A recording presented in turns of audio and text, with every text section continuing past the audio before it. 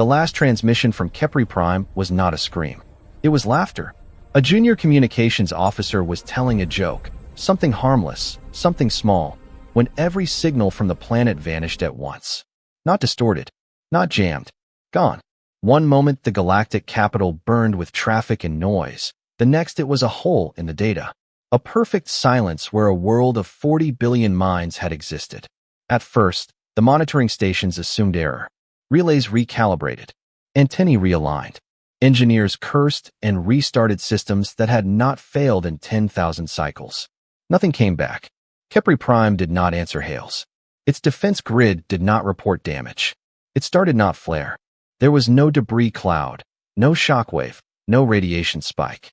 The planet's gravity well remained calm, serene, as if nothing at all had happened. That was what terrified them. Within minutes, the silence spread through the Concorde's command networks. Senior analysts leaned forward in their nests and seats, mandibles still, frills dimmed, eyes unblinking. Silence, in a galaxy built on noise, meant only one thing. Something impossible had occurred. Long-range probes were dispatched. They returned images that made even the oldest admirals recoil. Kepri Prime still hung in space, blue and white and beautiful. Its oceans reflected starlight. Its cities were intact. Towers stood. Shields shimmered faintly, frozen in their last configuration. But there were no signals. No heat signatures. No life. 40 billion lives had not been destroyed. They had been removed. The first emergency council convened in chaos. Species that had not shared a chamber in centuries now shouted over one another. Some demanded retaliation. Others insisted on quarantine. A few whispered old myths and were silenced for it. This was not possible, the scientists said. There was no weapon that could do this. No known force that could pass through shields, ignore energy laws, and leave matter untouched. The galaxy had cataloged every danger worth fearing. Or so it believed. As panic spread, historians were summoned. An insult and a crisis, but a desperate one. They dug through sealed records and obsolete star charts, searching for patterns. They found none. No empire had ever fallen like this. No war had ever begun with such quiet. Then an archivist, old and half-forgotten like the data she guarded, noticed something strange. Around Kepri Prime's orbit, embedded in the void, were ancient objects. Small, dark, easy to miss. They were not Concorde-made. They predated most member civilizations. Warning beacons. They had been there for centuries. Ignored. The beacons pulsed now, awakened by something they had been built to sense. Their signals were old, encoded in formats no longer taught. When the translations finally stabilized, the chamber fell silent once more. The message was short. Do not advance. Line sealed. Cost accepted. No species name was attached. No threat signature followed. Just a final line, looping endlessly. We are still holding. The council demanded answers. None came. Beyond the ruined confidence of the Concorde, the outer systems began to fail. Listening posts went dark. Trade routes fell silent. Entire patrol wings vanished without distress calls. Each time, the same pattern appeared. Perfect stillness, intact structures, erased lives. Fear replaced denial. Something was moving inward, and the galaxy had no idea how to stop it.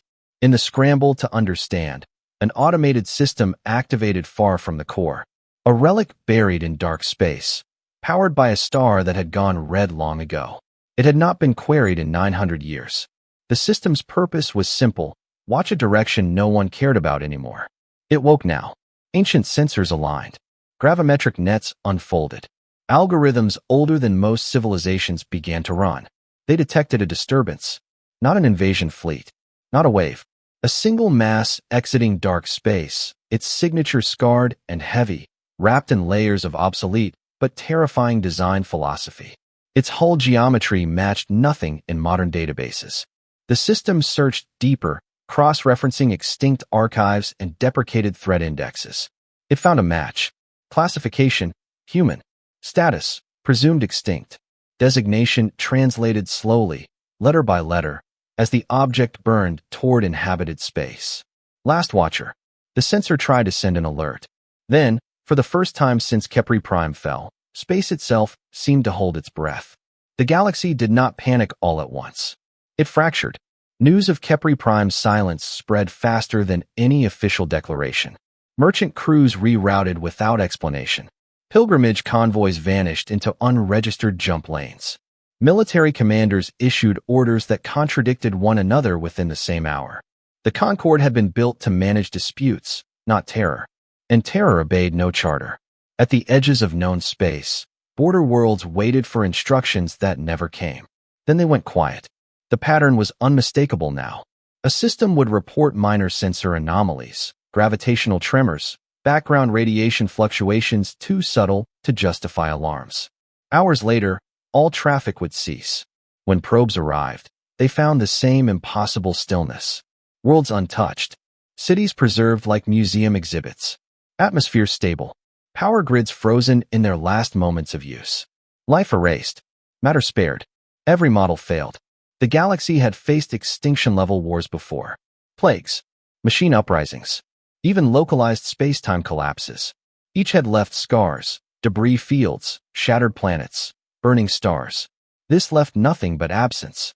Absence was harder to fight. Refugees began to arrive at the core in numbers no one had planned for. Not fleets, armadas. Civilian ships lashed together with emergency tethers. Generational habitats pushed beyond safe capacity. Species that required different gravities, atmospheres, even radiation levels crowded together out of desperation. They brought stories. They spoke of silence spreading like a tide, of emergency beacons that screamed into the void and were answered only by echoes, of children frozen mid-step, eyes open, bodies unharmed, souls simply gone. The Concorde convened again. This time, no one argued about procedure. They argued about survival. One faction demanded immediate total mobilization. Every fleet, every weapon, strike outward blindly if necessary. Better to burn stars than wait to be erased quietly. Another faction argued the opposite, that aggression might draw attention, that stillness might be safety. A third faction said nothing. They were the strategists, the pattern watchers, the ones staring at predictive hololiths that no longer predicted. What they saw frightened them more than annihilation. The models showed adaptation. The unknown force did not advance randomly. It tested. It probed. It adjusted its approach after every encounter. Defensive measures that delayed it once failed the next time. Sensor tricks that worked in one system were ignored in another. This was not a natural phenomenon. It was learning. The Concorde's greatest strength had always been specialization. Species evolved into narrow excellence. One race mastered energy weapons. Another dominated shield harmonics. Another excelled at predictive logistics. Their war plans calculated centuries in advance. Together, they were unstoppable. Until they weren't. Specialization became rigidity.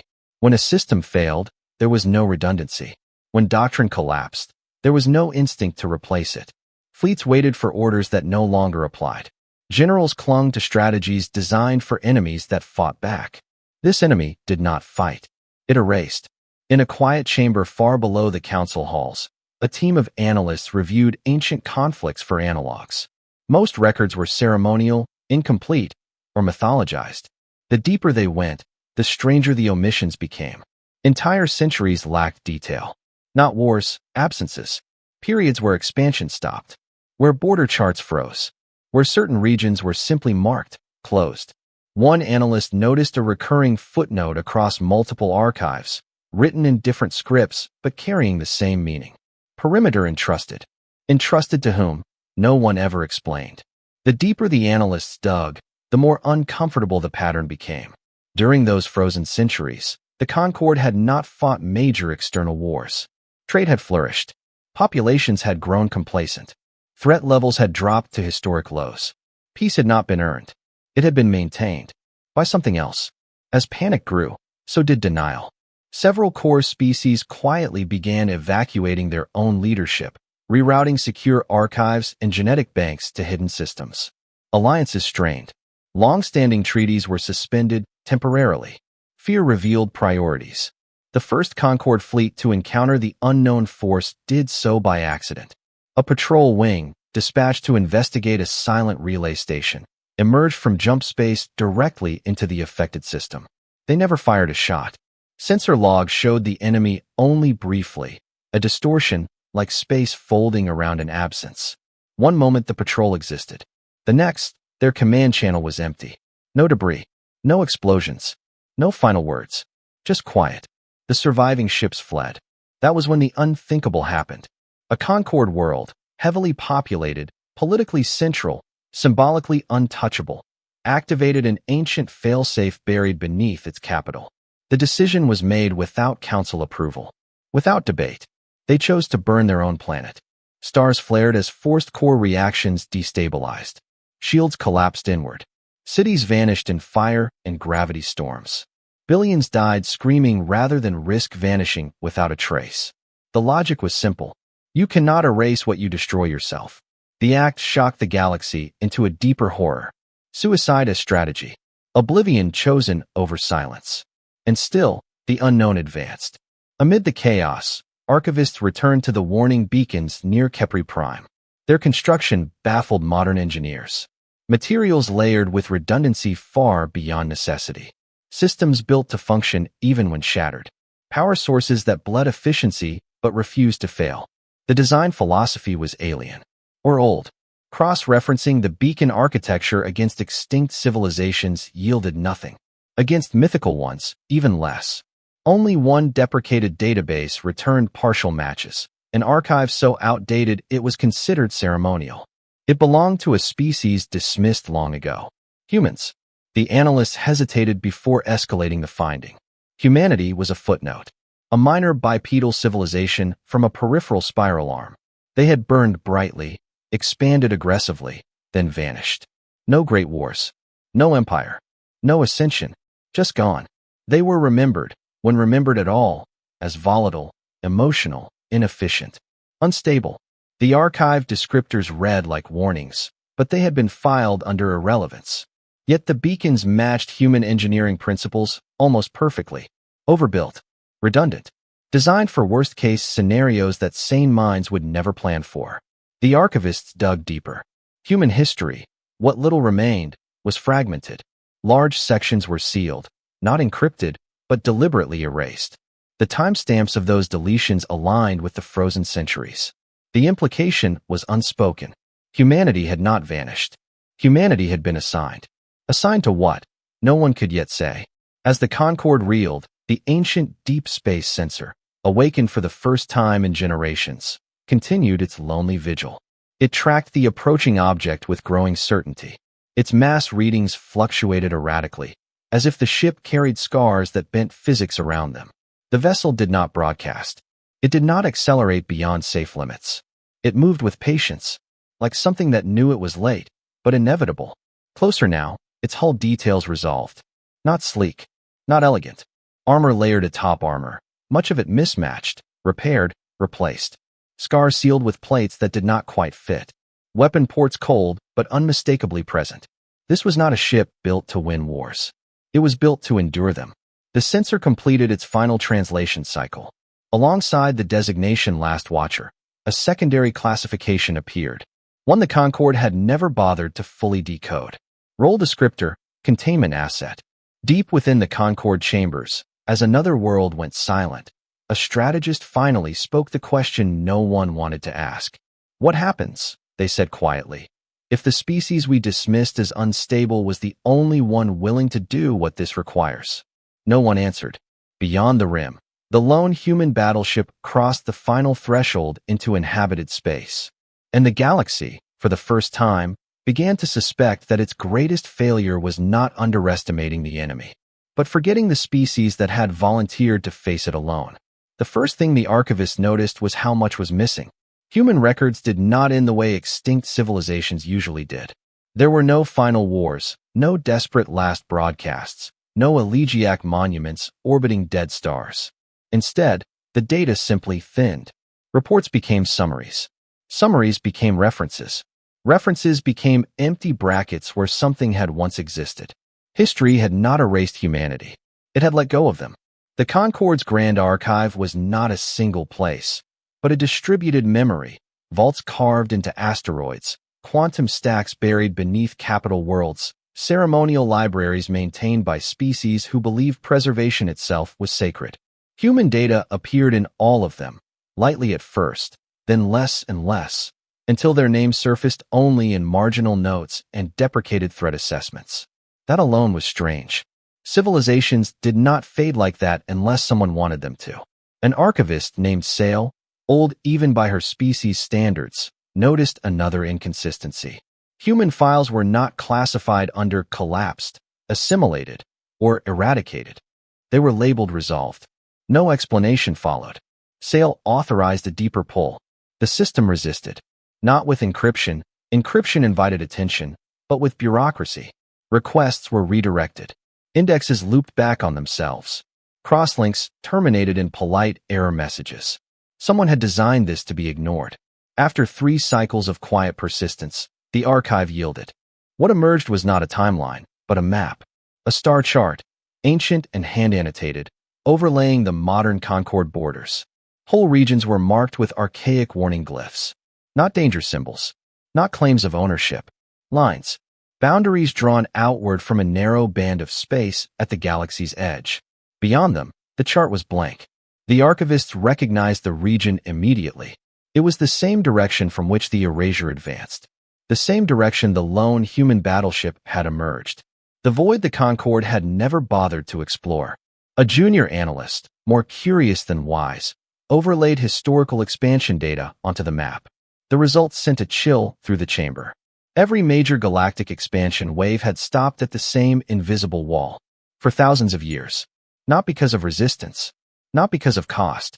Because no one had tried to cross it. The archive finally produced a series of meeting records, summaries of discussions between early Concord species and a then-young humanity. The tone was strained. Humans had expanded fast. Too fast. They adapted to alien atmospheres with reckless ease. They modified their bodies, their ships, their tactics without hesitation. Where other species debated ethics and long-term consequences, humans acted and dealt with the fallout later. This made them effective. It also made them frightening.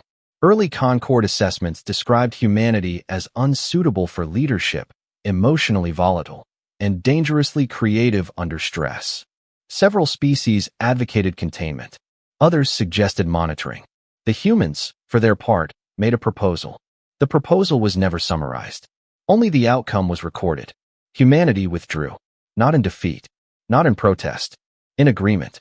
They abandoned contested systems, ceded territory without compensation, and redirected their expansion along a narrow arc toward the galactic rim. Trade continued for a time. Cultural exchange dwindled. Military contact ceased entirely. Then, gradually, even civilian traffic stopped. The Concord noted the withdrawal as a relief. One less unpredictable variable. One less species demanding concessions. When humanity's borders sealed completely, the event barely warranted a footnote. Peace followed. For centuries, the archivists found the last human transmission sent to the Concord. It was not a warning. It was a courtesy. We will hold as long as we can. The message read. If you never hear from us again, that means it worked. There was no reply. Sale sat back from the hololith. Her frills dimmed in what her species called quiet shame. The silence that followed was not the shocked chaos of the council chambers, but something heavier. Understanding. The frozen centuries made sense now. The lack of existential threats. The complacency. The slow atrophy of galactic defenses. Someone else had been absorbing the pressure. The deeper the archive revealed its secrets, the more horrifying the picture became. Humanity had not faced a single enemy beyond the rim. They had faced many. Records showed references to breaches, containment failures, and resets. Human fleets lost at scales that would have shattered Concord morale. Entire colonies written off without ceremony. Strategic retreats measured in star systems. And through it all, the same philosophy repeated. Hold the line, no matter the cost. So no one else has to. The archivists finally uncovered the meaning of the warning beacons. They were not alarms. They were markers. Each beacon indicated a previous containment boundary, places where humanity had fought, failed, regrouped, and sealed space itself to prevent further advance. The beacons did not warn the Concord of danger. They warned them not to interfere. Back in the core, the consequences of ignorance unfolded in real time. The erasure accelerated. Systems fell closer together now, as if the enemy sensed opportunity. The void was no longer pressing cautiously against the old boundaries. It was pouring through the gaps. Fleet commanders began to notice something else. In systems recently lost, remnants of old human infrastructure appeared: derelict platforms, long-dead listening posts, fragments of megastructures torn apart by forces beyond comprehension. Human scars. Evidence of battles the Concorde had never known were fought. One such relic drifted near a collapsing trade corridor. A human outpost, cracked open like a broken shell. Inside, log cores still functioned, power siphoned from a dying star. The logs played automatically when accessed. They were not tactical briefings or scientific reports. They were messages, final letters, personal recordings, voices speaking to families that would never hear them. Apologies, jokes, promises made knowing they would be broken. One message ended with a calm, steady voice. "If you're hearing this," the speaker said. Then the line moved. "That means we failed here. Fall back. Seal it. Try again. No fear. No bitterness. Just duty." As the Concorde reeled, the lone human battleship drew closer. Its trajectory intersected with several endangered core systems, yet it did not alter course to defend them. Observers questioned the logic. Why save some worlds and not others? The answer came from the archives. Humans did not defend planets. They defended frontiers. The battleship's course traced the oldest boundary line on the star map, the first one humanity had ever drawn, and the one now broken. In the council chamber, arguments erupted anew. Some demanded the ship be hailed, begged for aid, offered resources, apologies, anything. Others feared provoking it, uncertain whether humanity still considered the Concorde an ally or a liability. Before any decision could be made, the ship transmitted. Not a speech, not a warning. Coordinates. A single system. A dead one. The location of humanity's last known command hub. The message that followed was brief. "If you want to understand what's coming," the human voice said, calm and distant, "you need to see what it took to stop it before." The transmission ended. Moments later, another world went silent. And for the first time since the erasure began, the Concorde understood the true shape of its fear. It was not that the enemy was unstoppable. It was that the only species willing to stop it had been doing so alone. For centuries.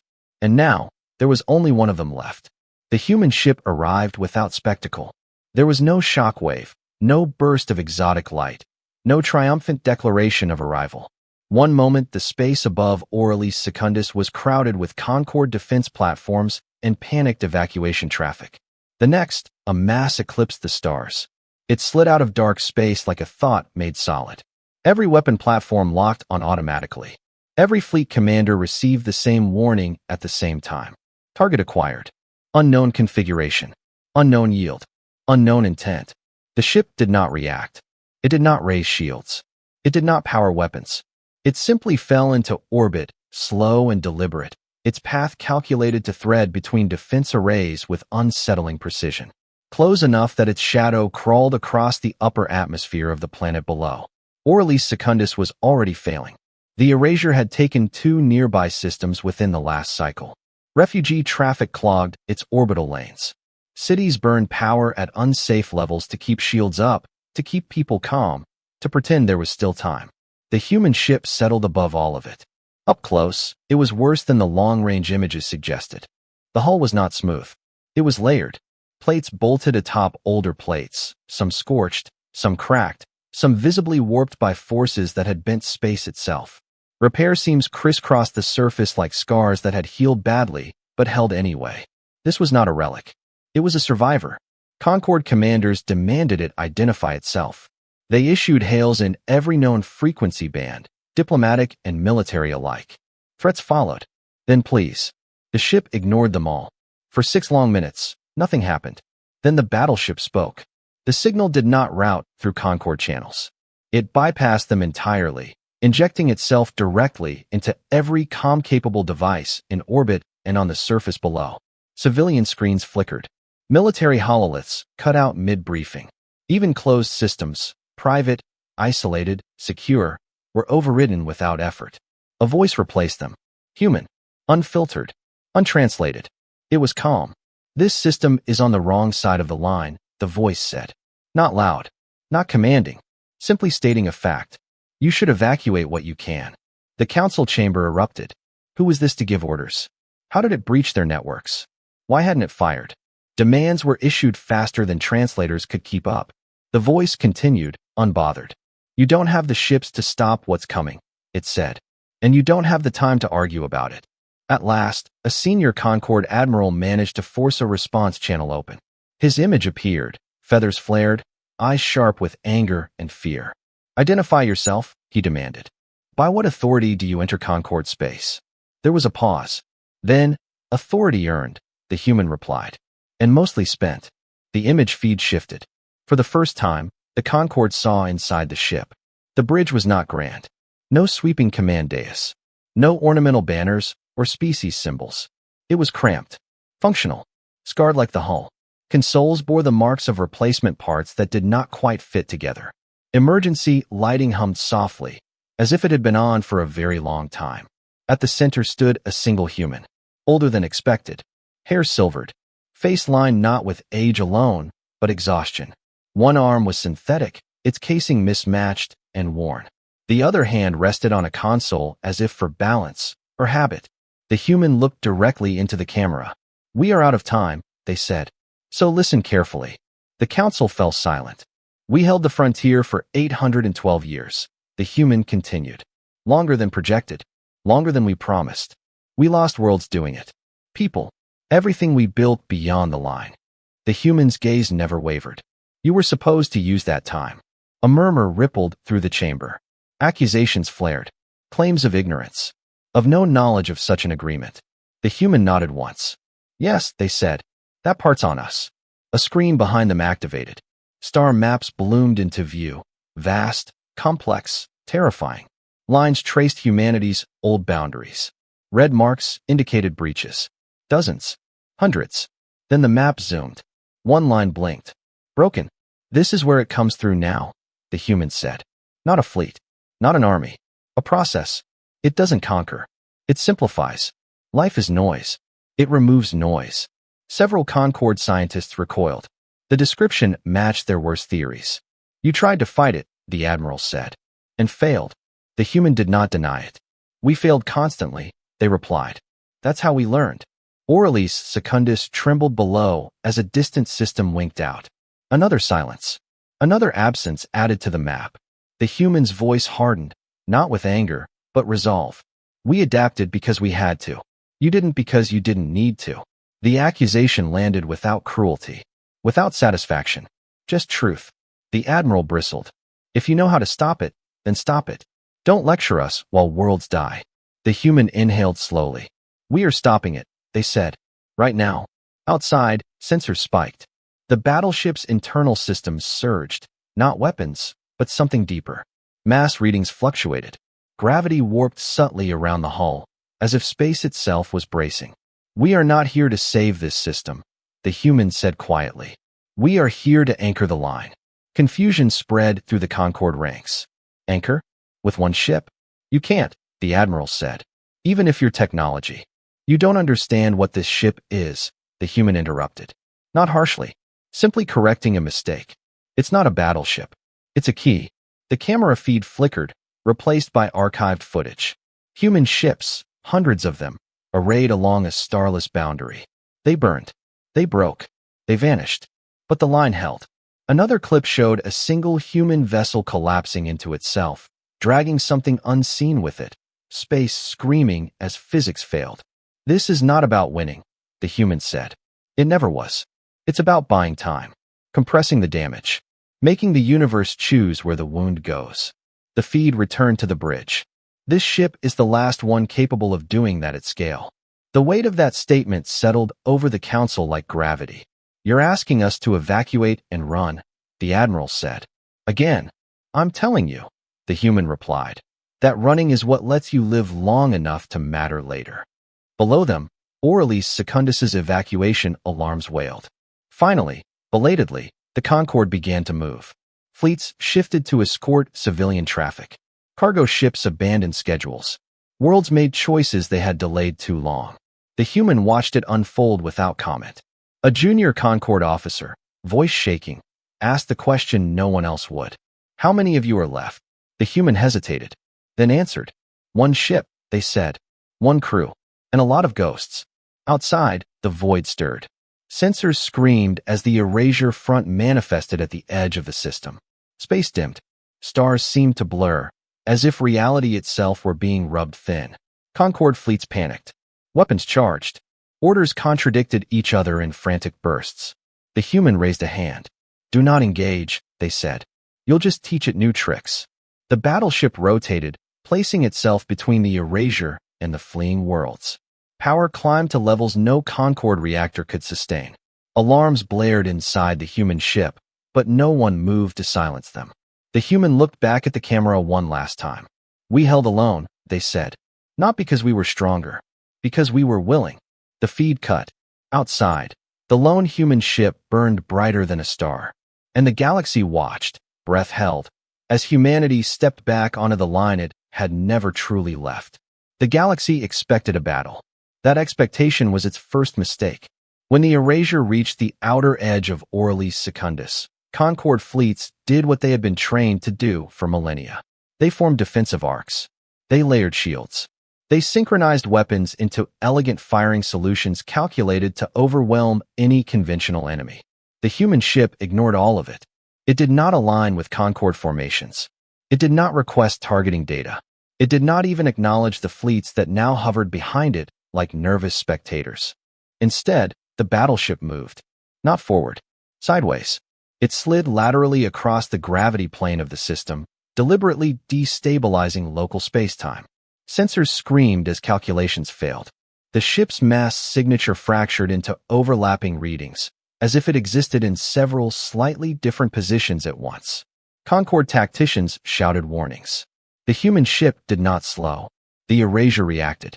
For the first time since it had been observed, the phenomenon changed behavior in real time. The advancing absence twisted, compressed, and redirected toward the human vessel like a tide finding a breakwater. It had noticed the obstacle. That was when the human ship fired.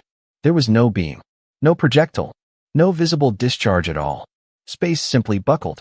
A region of the void ahead of the battleship collapsed inward, folding dimensions the Concord did not even have names for. The erasure hesitated, just for a fraction of a second, but that was enough. The human ship surged forward, plunging into the distortion. Concord commanders shouted in disbelief. No vessel could survive contact with the phenomenon. Entire fleets had vanished trying. The human battleship emerged on the other side. Damaged, burning, still moving. Hull plates tore free and vaporized. Secondary systems failed across multiple decks. Emergency bulkheads slammed shut as compartments vented to vacuum. And yet, the ship pressed closer. Inside the Concord command chamber, analysts stared at readouts that made no sense. The human ship was losing mass. Not explosively, intentionally. It was shedding armor, modules, entire sections, discarding them like ballast. What is it doing? Someone whispered. The answer came too late. Each discarded section detonated, not outward, but inward. Miniature collapses, localized and violent, snapping shut behind the battleship and carving scars into the erasure itself. The phenomenon recoiled, distorted, forced to reconfigure. The human ship was not trying to destroy it. It was shaping it. This was not a duel. It was surgery performed with brute force. Concord fleets attempted to assist. Energy weapons lanced forward, coordinated and precise. The beams vanished on contact, absorbed without effect. Missile swarms followed. They disappeared just as cleanly. The human ship transmitted a single line across all channels. Stop firing. The tone was not angry. It was urgent. You're making it adapt faster. Reluctantly, the fleets stood down. They watched instead. The battleship's maneuvers grew more erratic. It accelerated beyond safe tolerances, then cut engines entirely, letting gravity hurl it through curved trajectories no Concord navigator would ever plot. It used planetary wells, debris fields, even its own wreckage as tools. When the erasure surged, the ship rammed it head-on. Not with its bow, with its flank. Armor screamed. Entire decks crumpled. Internal shockwaves turned bone to jelly and metal to powder. Medical alarms blared inside the human ship, then cut out as systems failed. Still, the ship did not retreat. A Concord sensor officer finally understood what they were seeing. "The ship isn't optimized for survival," she said softly. "It's optimized for continuity." Human design philosophy revealed itself in horrifying clarity. Every critical system had backups, then backups of those backups. Power lines rerouted through compartments already declared dead. Control authority shifted fluidly, bypassing destroyed nodes without pause. The ship fought while falling apart. This was not resilience born of superior materials. It was resilience born of expectation. Humans had built their ships assuming they would be damaged, assuming they would lose systems, assuming they would be hit where it hurt most. And they had decided that would not be enough to stop them. Inside the human battleship, the crew moved with grim efficiency. They did not shout. They did not panic. They worked from muscle memory refined by centuries of doctrine written in blood. When a compartment vented, it was sealed without ceremony. When a console exploded, the officer at it was replaced before the smoke cleared. When a deck went dark, someone rerouted power manually, crawling through conduits never meant to be accessed during combat.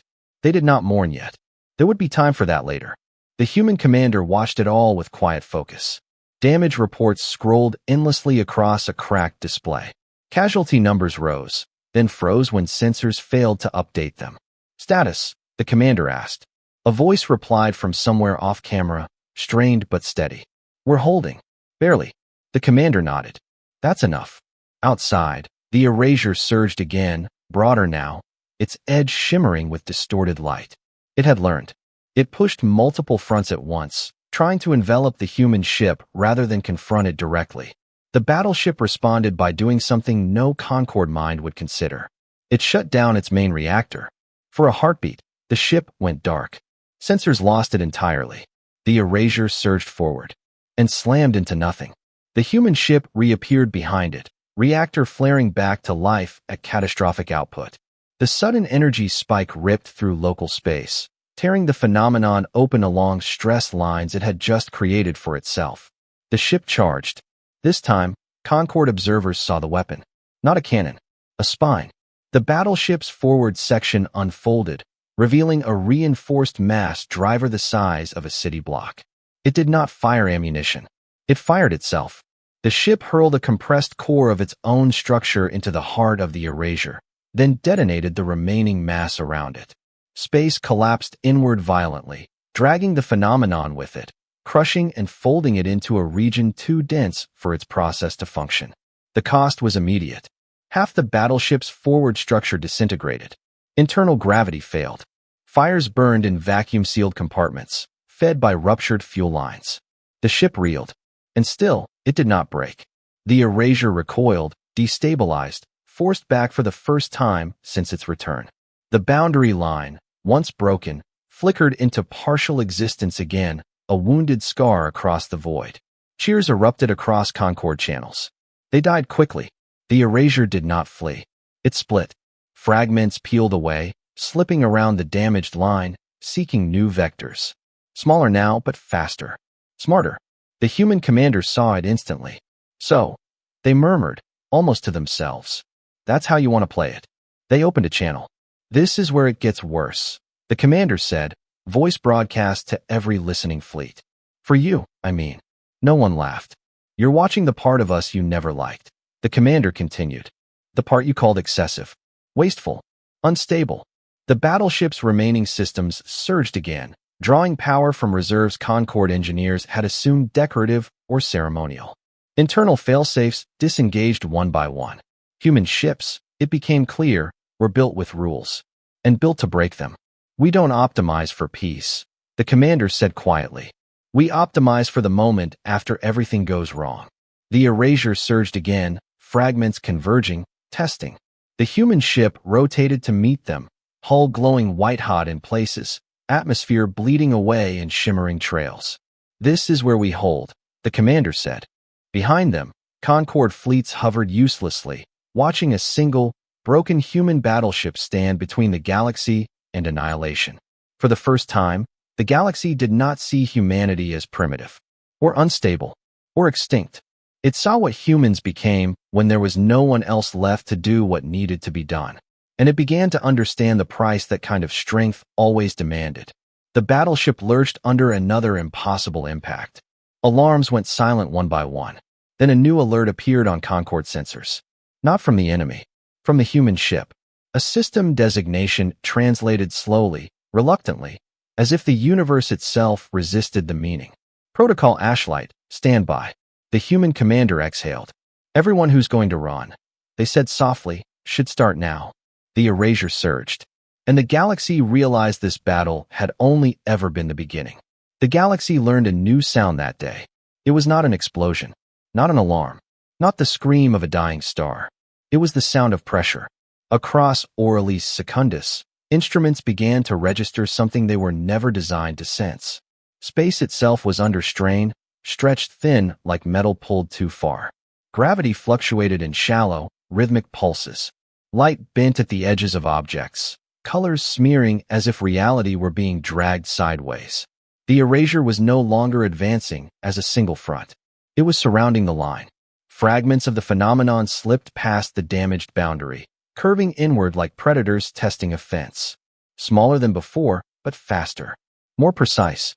Each fragment probed, withdrew, adjusted. Learning. Concord commanders shouted orders that conflicted almost immediately. Some fleets tried to reposition. Others froze, awaiting confirmation that never came. A few captains, veterans of ancient wars, understood the truth before it was spoken. This was not a battle space anymore. It was a containment zone. And the only thing holding it together was a single human ship that was no longer whole. The battleship drifted at the center of it all, rotation uneven, armor glowing dull red where heat refused to dissipate.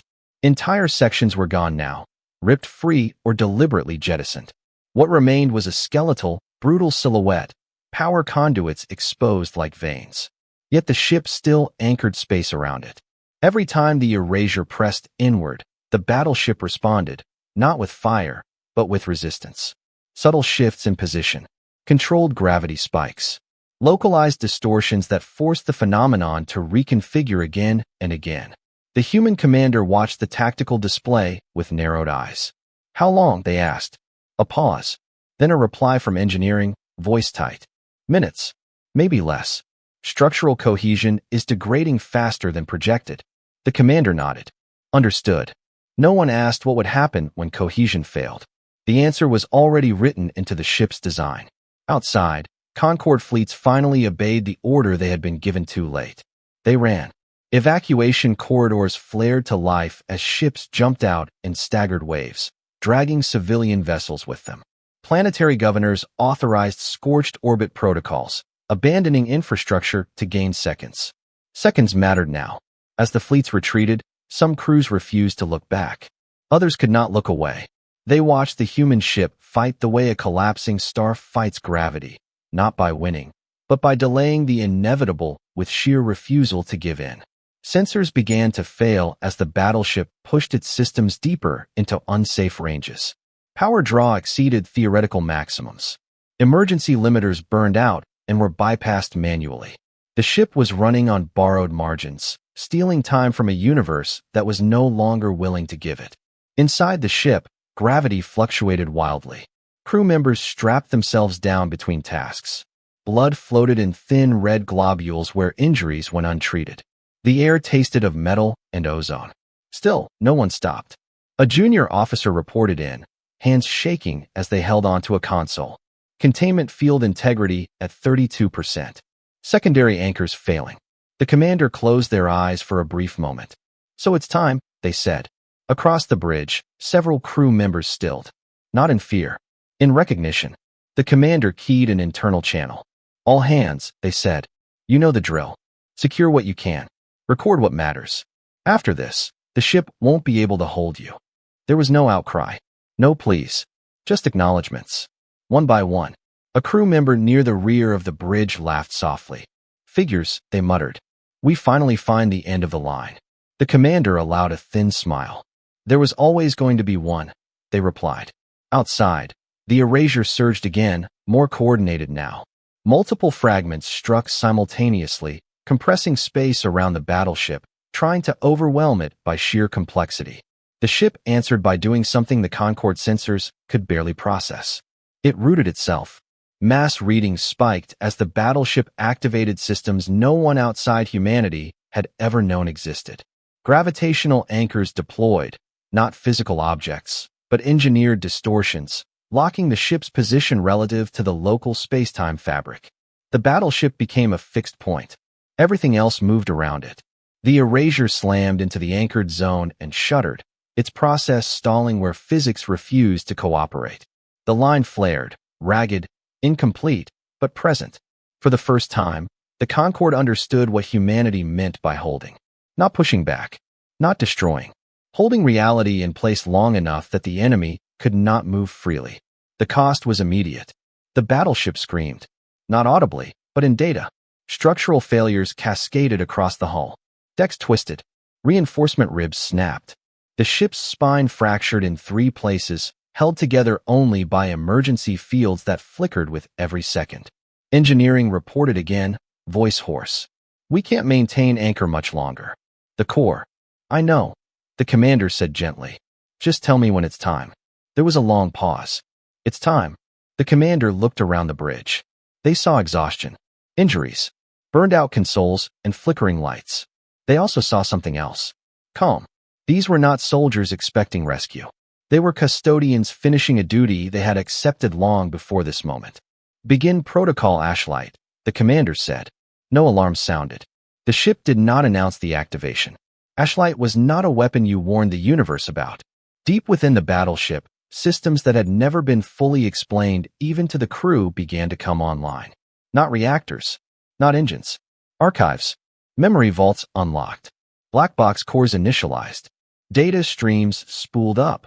Personal logs, cultural records, scientific databases, fragments of humanity compressed into hardened storage units designed to survive forces that would erase stars. Ashlight was not about winning this fight. It was about making sure it was not fought again the same way. As the protocol advanced, the battleship's remaining power was rerouted away from shields and weapons. The hull dimmed. External defenses failed one by one. The erasure noticed. It surged forward with renewed intensity, fragments converging, eager to exploit the weakness. The human ship did not resist. Instead, it opened. Sections of the hull peeled back deliberately, exposing the ship's core. Not a reactor in the conventional sense, but a layered gravity well engineered to collapse inward under precise conditions. The battleship was becoming something else. A Concorde observer, watching from a safe distance, finally understood. "They're not trying to destroy it," she whispered. "They're trying to trap it." The commander stood from their seat, bracing as the deck tilted beneath them. "All hands," they said softly. "This is it." "Thank you." Somewhere on the ship, music began to play. Old. Human. A recording embedded in the protocol, triggered automatically. The erasure poured into the opening like water into a drain. Then Ashlight reached its final phase. The battleship's core collapsed. Not explosively. Precisely. Space folded inward around the ship, compressing dimensions until the erasure had nowhere to exist in its preferred state. The phenomenon screamed, not in sound, but in violent distortion, as it was dragged into a region of physics it could not simplify. The line snapped shut. From the outside, it looked like a star winking out. A region of space simply ceased. The shock wave rippled outward, gentle but absolute, sealing the boundary once more. The erasure fragments vanished, caught and crushed in the collapse. Silence followed.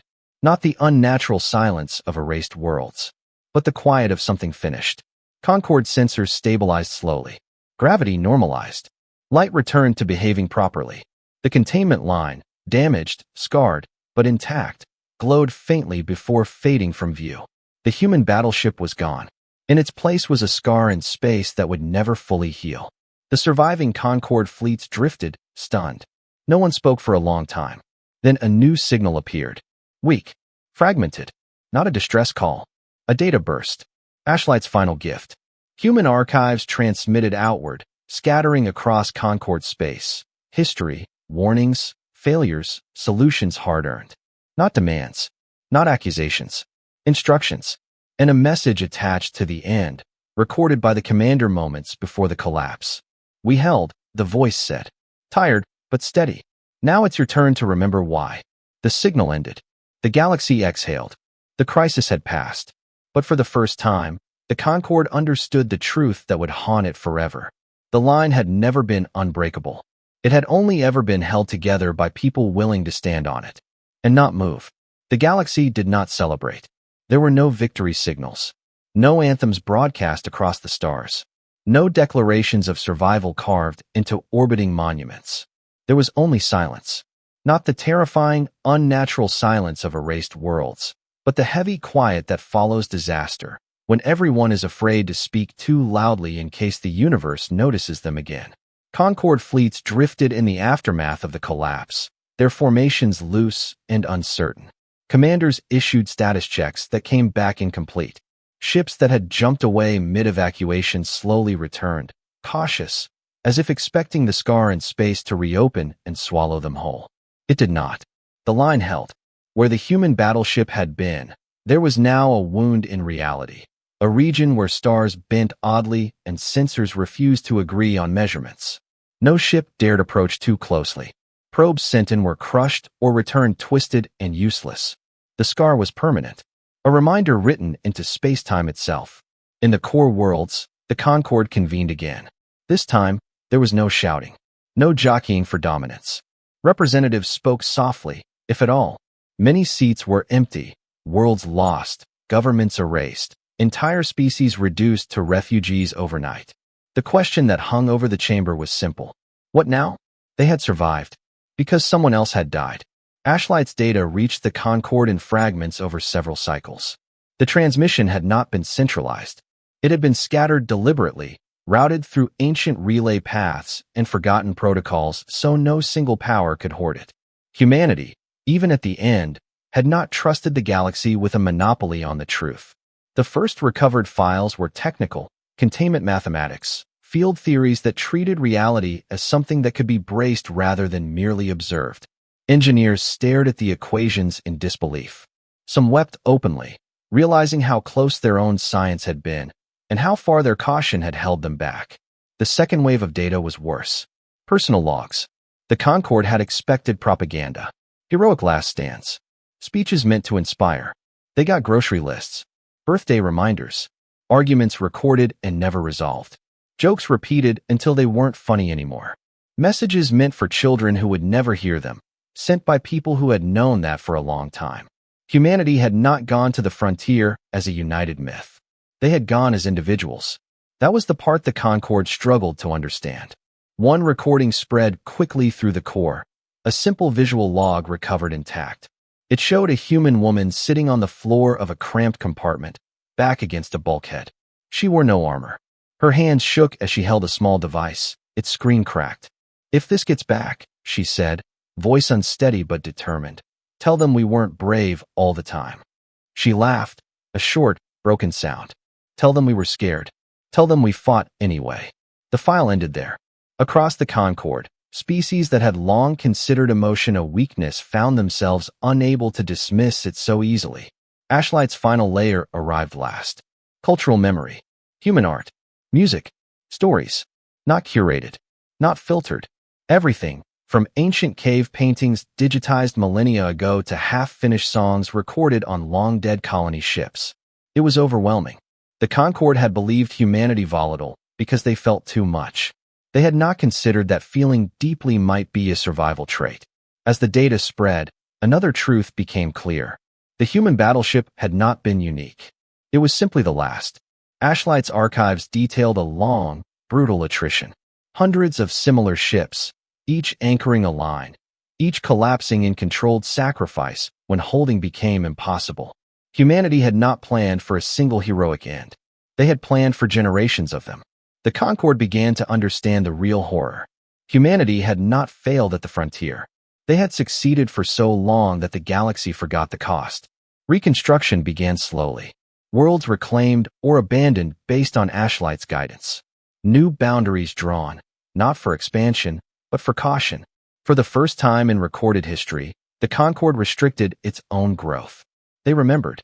But memory did not bring back the dead. A ceremony was proposed. A formal acknowledgement of humanity's sacrifice. Some argued it was insufficient. Others said it was performative. In the end, it was held anyway. Not in the core. At the scar. 1,000 ships gathered at the edge of the wounded space, lights dimmed, weapons powered down. Species that had never shared rituals stood together in quiet orbit. No speeches were given. Instead, the Concorde transmitted one of Ashlight's files. Music chosen at random, unremarkable by human standards. A simple melody. Soft. Incomplete. It echoed across the void, distorted slightly by the scar. For the first time since the collapse, something like peace settled in. And then, something unexpected happened. A junior analyst noticed an anomaly buried deep within the Ashlight archives. A pattern in the transmission delays. At first, it seemed like noise, corrupted timestamps, redundant routing. But the pattern repeated. Regular. Intentional. She flagged it. The analysis team dug deeper and froze. Ashlight had not transmitted everything. Not because it couldn't. Because it shouldn't. There were sealed segments within the archive, protected by logic locks that did not correspond to any known encryption. The keys were not mathematical. They were conditional. The locks would open only when certain criteria were met, technological thresholds, behavioral markers, signs that the Concorde had learned the lessons humanity paid for. Ashlight was not just a warning. It was a test. The implications sent a chill through the rebuilding galaxy. Humanity had not trusted them to be ready. Not yet. As this realization spread, a quiet determination took root. Species that had once mocked human adaptability began to emulate it. Mixed crews trained together. Redundant systems replaced elegant but fragile designs. Emotional suppression doctrines were re-examined and, in some cases, abandoned. Change was slow, but it was real. Then came the signal. Faint. Old. Almost lost beneath background noise. It did not come from the scar. It came from beyond it. At first, it was dismissed as static, residual echoes from Ashlight's collapse.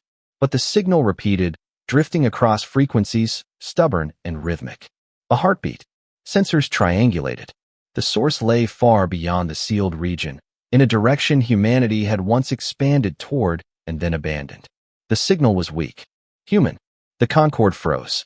Panic flared briefly, then was smothered by something else. Hope.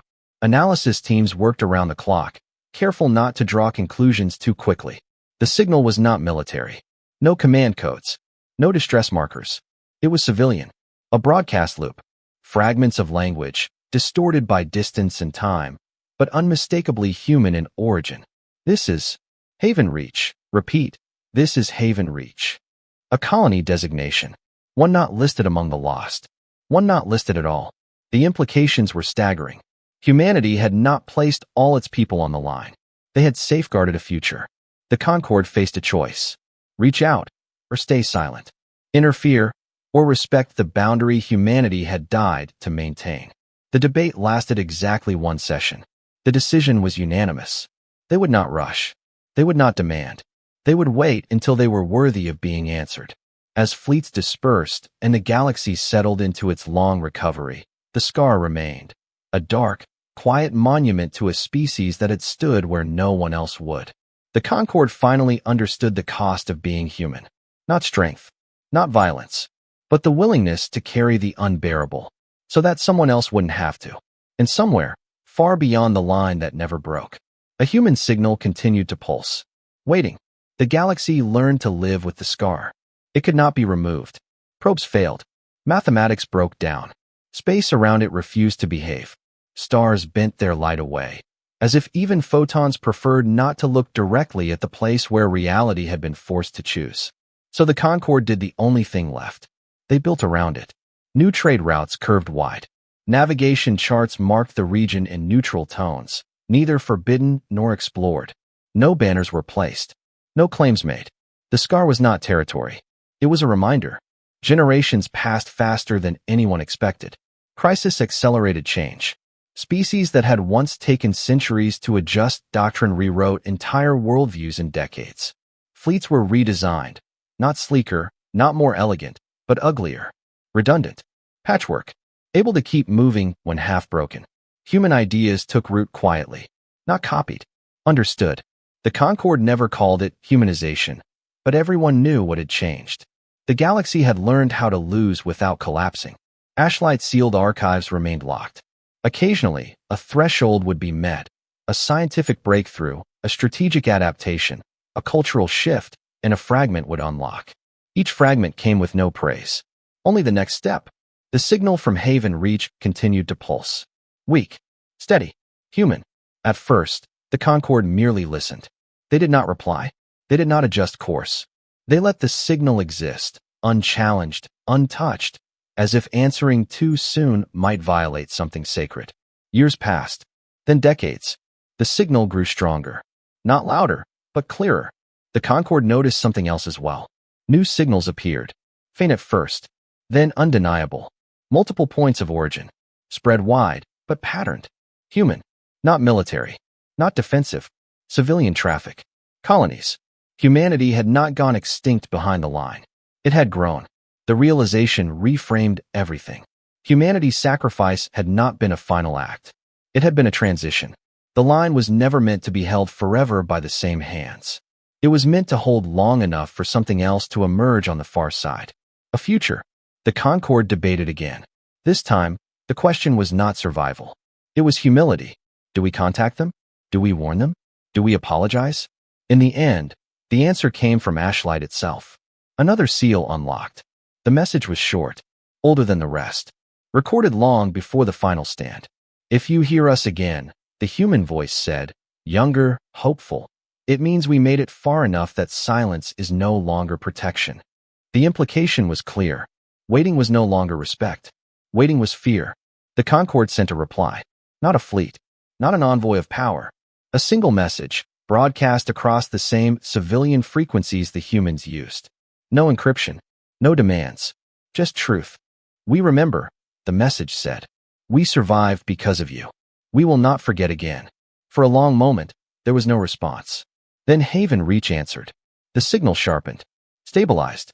Language protocols engaged automatically. Old compatibility layers humanity had never bothered to remove.